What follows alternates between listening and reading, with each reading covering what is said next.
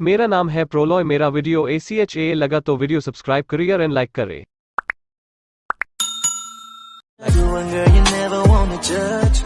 भारत में पहली बार लड़ाकू हेलमेट सिख सैनिकों के लिए डिजाइन और समर्पित किया गया है। कानपुर स्थित global defence and homeland security company MKU द्वारा डिजाइन किया गया यह नया हेलमेट एक सिख सैनिक के लिए बिना किसी कठिनाई के और आराम से अपने पगड़ी के ऊपर पहनना आसान होगा, यदि वे ऐसा करना चाहते हैं। कंपनी के अनुसार यह हेलमेट गोलियों और लेवल ईया तक के टुकड़ों के खिलाफ चौतरफा बैलिस्टिक सुरक्षा प्रदान करने में सक्षम है। MKU लिमिटेड के अनुसार कंपनी के अन्य सभी कावरो बैलिस्टिक हेलमेट की तरह Veer helmet MACS modular accessory connector system के साथ संगत है। MACS अपनी तरह का पहला मल्टी एक्सेसरी माउंटिंग सिस्टम है जो हेड माउंटेड सेंसर और आधुनिक लड़ाकू उपकरण जैसे नाइट विजन गॉगल्स, हेलमेट पर कैमरे और संचार प्रणाली को सक्षम बनाता है। पहली बार भारत के अंतरिक्ष अनुसंधान संगठन या इसरो ने सोमवार को ताइवान सहित अंतर्राष्ट्रीय शोधकर्ताओं की एक टीम द्वारा संयुक्त रूप से विकसित एक उपग्रह लॉन्च किया। INSPIRES-81 उपग्रह को अमेरिका, ताइवान, भारत और सिंगापुर के विश्वविद्यालयों के वैज्ञानिकों द्वारा विकसित किया गया है।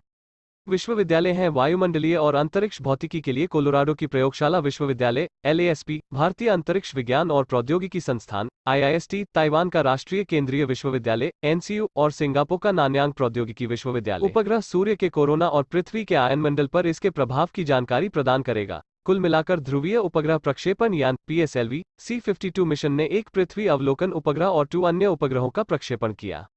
PSLV ने सतीश धवन अंतरिक्ष केंद्र, श्रीहरिकोटा के पहले लॉन्च पैड से 5:59 बजे IST पर उड़ान भरी और पृथ्वी अवलोकन उपग्रह EOSO-4 को इंजेक्ट किया जो कृषि, वानिकी और वृक्षारोपण जैसे अनुप्रयोगों के लिए सभी मौसम की स्थिति में उच्च गुणवत्ता वाली छवियां प्रदान करेगा।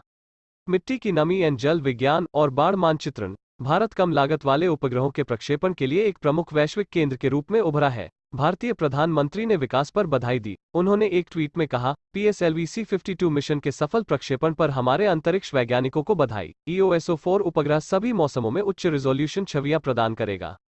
रूस की ओर से तैयारियों का अंतिम चरण क्या हो सकता है? पिछले 48 घंटों में कैप्चर की गई नई उपग्रह छवियों में आगे के स्थानों पर रूसी बमवर्षक जेट और हमलावर हेलीकॉप्टरों की तैनाती दिखाई गई है।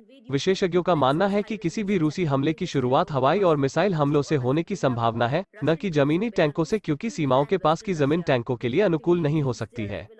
इमेजरी उन युद्ध समूहों की आगे की आवाजाही को भी दिखाती है जो पिछले कुछ हफ्तों में सीमाओं से 100 to 200 किमी की सीमा के भीतर तैनात थे। भारत ने अपने नागरिकों, विशेष रूप से यूक्रेन में छात्रों के लिए एक एडवाइजरी जारी की, जिसमें उनसे वर्तमान स्थिति को देखते हुए अस्थायी रूप से छोड़ने का आग्रह किया गया।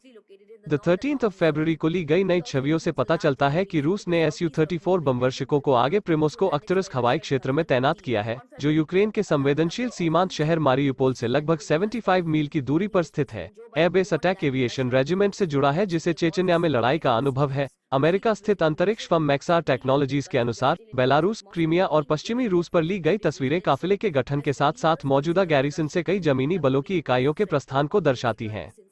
क्रीमिया की डोनुस्लाव झील, जो अनिवार्य रूप से एक खाड़ी के रूप में संचालित होती है, ने हाल ही में परिवहन और हमले के हेलीकॉप्टरों के आगमन को भी देखा है। खाड़ी में सैनिकों के साथ परिवहन और हमले के हेलीकॉप्टरों सहित कम से कम 65 हेलीकॉप्टर देखे जा सकते हैं। इनमें रूसी Mi-28N और Ka-52 अटैक हेलीकॉप्टर शामिल हैं। यूक्रेन के उत्तर, पूर्व और दक्षिण में सैन्य अभ्यास के बहाने रूसी सेनाएं जमा हो रही हैं। एसोसिएटेड प्रेस की एक रिपोर्ट के अनुसार अमेरिकी अधिकारियों का अनुमान है कि 130,000 से अधिक रूसी सैनिकों को अग्रिम चौकियों पर तैनात किया जाएगा। पिछले हफ्तों में लगभग 100,000 सैनिकों की संख्या में तेजी से वृद्धि हुई।